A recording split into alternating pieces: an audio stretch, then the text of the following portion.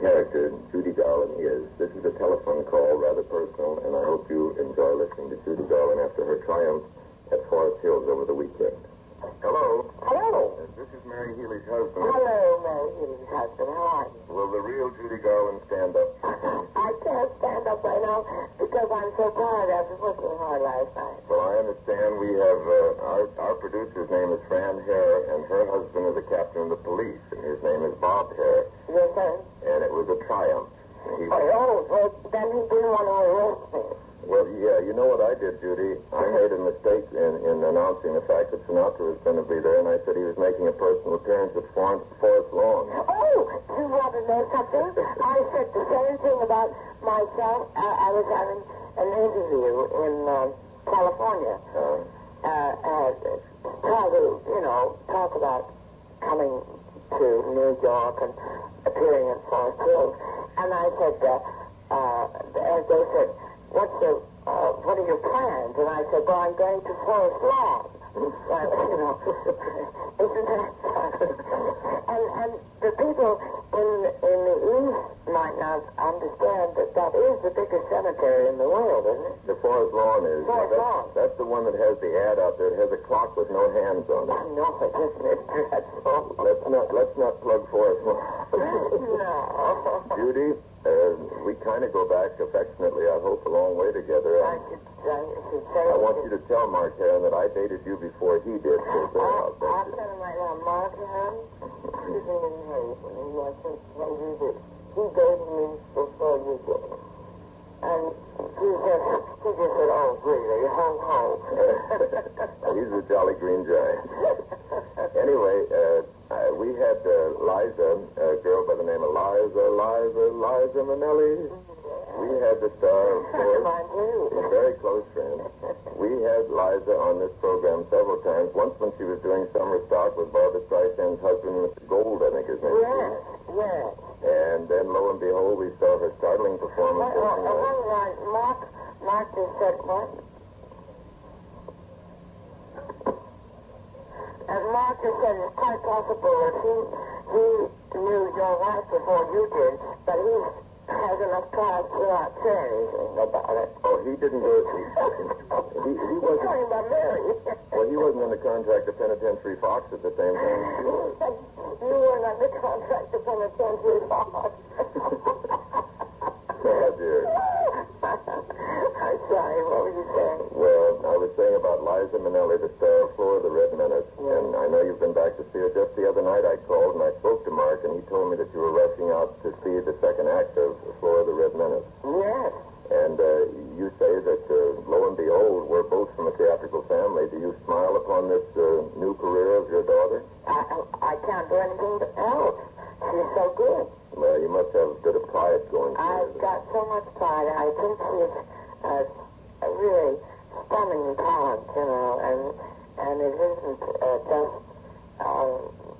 the daughter of somebody else. She has her own powerful talent, I think. Well, those are pretty slender shoulders to put a whole Broadway show and drape a whole Broadway show over Liza Minnelli, I mean, that's kind of a tough chore. Yes, but she's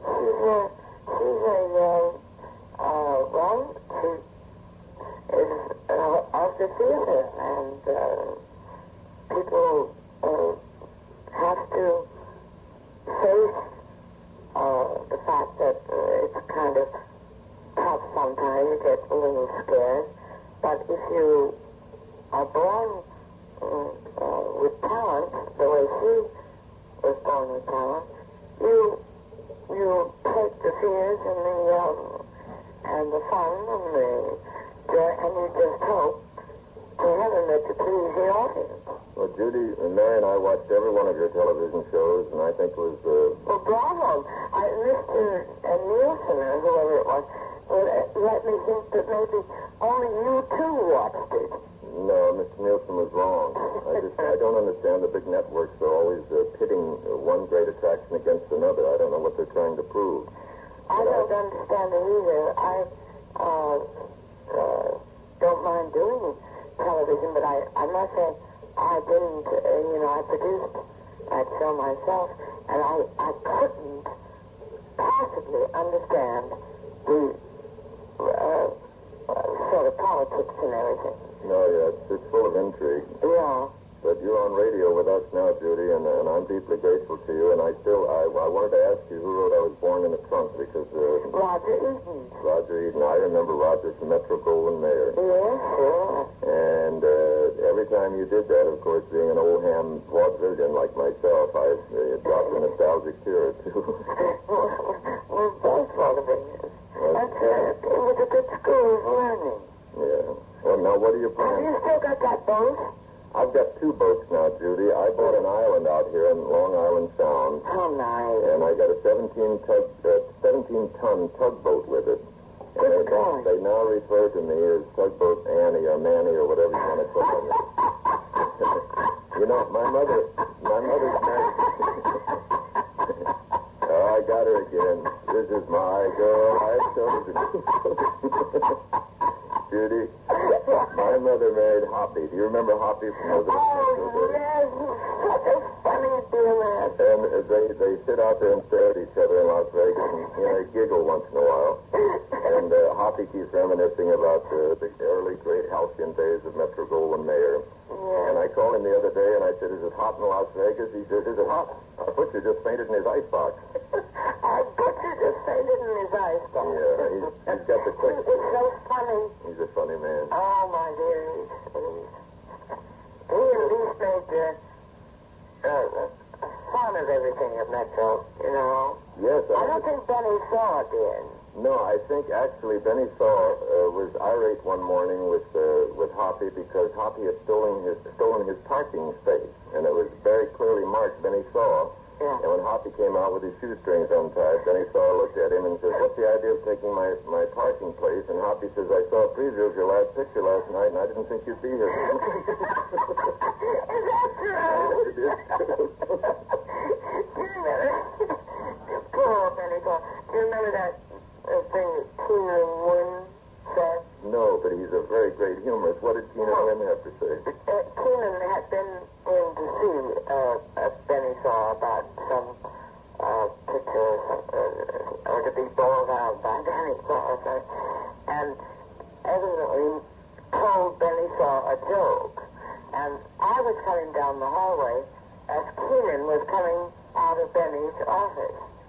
And Keenan looked rather depressed, and I said, "What's the matter?"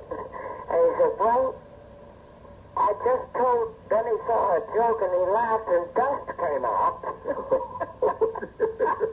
Oh, dear. And so Keenan moved over to Universal, I guess.